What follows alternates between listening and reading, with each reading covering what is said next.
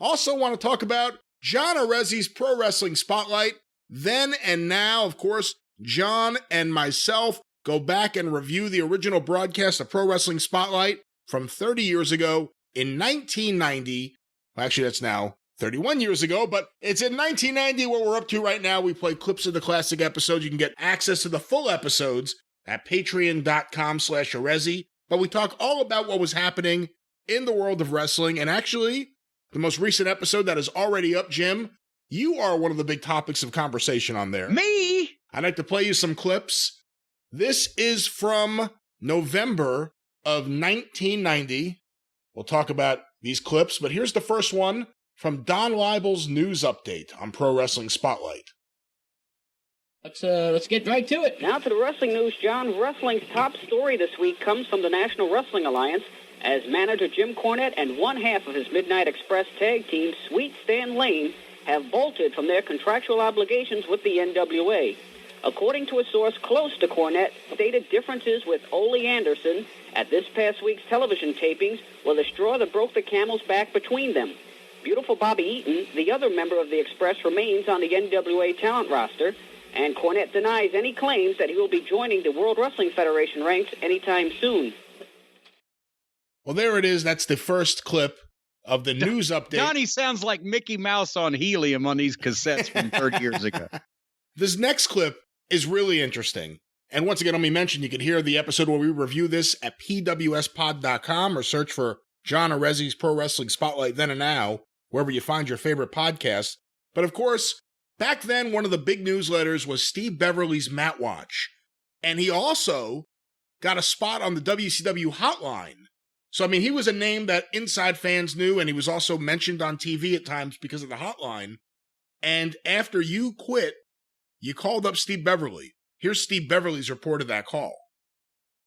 Other news this week in the NWA, big news, Jim Cornette leaving, storming out, taking Stan Lane with him, but Bobby Eaton remains. Your comments on this? Well, I talked to Cornette for a long time Thursday night. This is something that has been coming to people who really are not into the inside of the business that well. And I guess this is one way your show and wrestling newsletters fill in that blank. This is something that's been building with Cornette for several months, really almost for a year. From the time Jim Cornette was placed on the NWA booking committee late last year, in which there was tremendous infighting between different factions on that committee. And I think when Jim got to that level, it really burned him out on the business itself, and it soured him a lot on the business itself.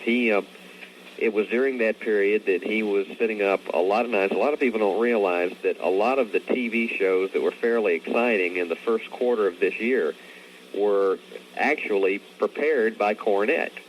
He was the one who had the creative mind behind it. And I think that it was during that period he was up until 3, 4, 4:30 in the morning doing all of this. It was during that time that he put on about 60 pounds, which he hasn't been able to get off. It wasn't that much. And then, coupled with that, then he got off the booking committee, and coupled with that, then the Midnight Express, it's quite obvious they are not, in the current regime's way of thinking, going to be pushed very heavily into major programs.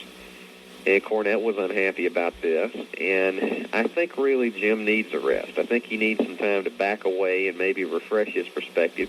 He's really not happy with the direction of the wrestling business in general with any group right now, except for some of the independent promoters. The story right now is that, and Stan Lane went with him. Stan has been really anxious to get out for a little while. Bobby Eaton is staying because Bobby has a number of pressing personal financial obligations that he has to meet, and there is no ill feelings that one's staying and the other two are going. They knew this when they decided to take a walk Tuesday night. Bobby will probably fulfill his contract through May the 15th, which is when it expires. And then I would imagine the Midnight Express will reform. They will probably work independent dates, and Cornette says the most likely thing is that they'll try going to Japan. Yeah, he pretty much has ruled out trying to get into the WWF at this point. Yeah, he does not want to go to the WWF, although, anybody can change their mind. Of course. But right now, cash flow problems in the WWF, a lot of guys are not making the kind of money they did when wrestling was at its peak in 85 and 86. So financially, it would probably not be very advantageous over what he's doing now to go to the WWF. And also, he doesn't like the way they do wrestling. Cornette is still somewhat, he believes in personality and flair, but he is enough of a traditionalist that he doesn't like cartoon shows. He was very unhappy. Now, I personally was entertained by Halloween Havoc last night, and he and I had some disagreement about this. But Corny was very unhappy with the extensive costuming on the people last week on Halloween Havoc, and he felt like it was getting to be more of a Barnum and Bailey show as opposed to a wrestling show, and Corny is still enough of a traditionalist that that's what he prefers. And I think that, he's entitled to that view. But he, for that reason, does not want to go to the WWF. Well, it's sad to see, that Cornette is out of the NWA at this time, but I'm sure that fans will see him again somewhere, someplace, and next weekend will be a good opportunity for fans here on the East Coast to see the Midnight Express and Jim Cornette for the last time together, at least till next year. One more brief clip, Jim, and then we'll talk about all this. You teased them. People are saying, well, how are they going to be back together? That's when we did the benefit show for Tom Robinson for Dennis Coralluzzo up in Pennsylvania. Listen to this last clip, and then we'll talk about this. Evan from Great Neck, you're next. How you doing, John? Good. First, I got to ask for a moment of silence if the Midnight Express are broken up. All right. So let's do that right now. Okay. Okay, there we go. There it is. You got a moment of silence. Got a moment of silence from 2 seconds. John from Newark or whatever. And Steve Beverly, I resent the implication that I gained 60 pounds. It was more like 40. And yeah, as you mentioned, Steve Beverly at the time was not only, he had started doing Mat Watch. Steve was has a long history in television and especially working in local television, and was teaching down at Auburn University television and radio communications, things like that. But he was a wrestling fan a long time. And he, along with when Jim Herd was, maybe that's something we can say about Herd that was kind of positive.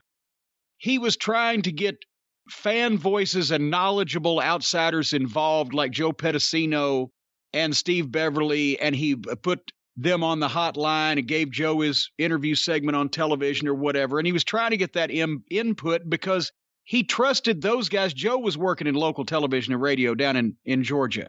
He trusted those guys more than he trusted the wrestling people because he viewed them as TV people who knew wrestling. Now, the problem is they only knew wrestling really from the outside, especially Steve, but he was a bright guy. And Steve had been one of my and one of our champions, as far as promoting myself and the Midnight Express and saying good things about us and the hotline or whatever. And so he's one of the people, obviously, that I talked to. We left on a Tuesday. I didn't speak to anybody on a Wednesday. And then on Thursday, everybody had heard what went on. There was no internet back then, but telephone, telegraph, and telewrestler. And so I talked to some of those guys, and I told them why I left, why we left, why we were pissed, and why we weren't coming back. Now, having said that, I didn't tell him about Smoky Mountain Wrestling and what I was intending to do. I said that the Midnight Express, the plan was, obviously, for Bobby to fulfill his contract until the following May. We had no idea. We never dreamed they would try to sign him again. So we thought we'd all be available in May. That was going to coincide of the following year, which was going to hopefully coincide with the starting year of Smoky Mountain in my mind. So I couldn't tell Steve about that ahead of time. So I said, well, at Midnight I'll probably go to Japan and we'll do some independence. That was one of the most surprising things to me was Cornette said Japan is an option. I said, oh, that's news. Yeah, well, he said that I never said I was going to go to Japan. And honestly, at the time, if they had gotten an offer and a good deal or whatever, they probably would have, just for something to do that year, because we'd never had the opportunity to go to Japan before. We never had any time off since we'd been a team. Didn't have any fucking break whatsoever. So they could have done that, made some money. Stan ended up going in 92 by himself just before 92 or 93, before he retired from the ring completely.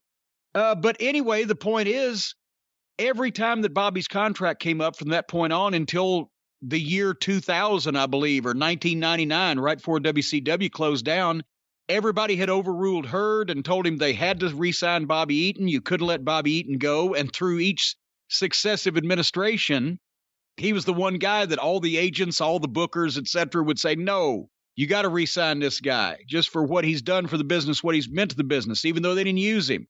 So he ended up being the longest running wrestler signed to a WCW contract without interruption in the history of Turner owning the company. That's when the Heavenly Bodies were needed and Smoky Mountain was up. That's where Tom Pritchard came in.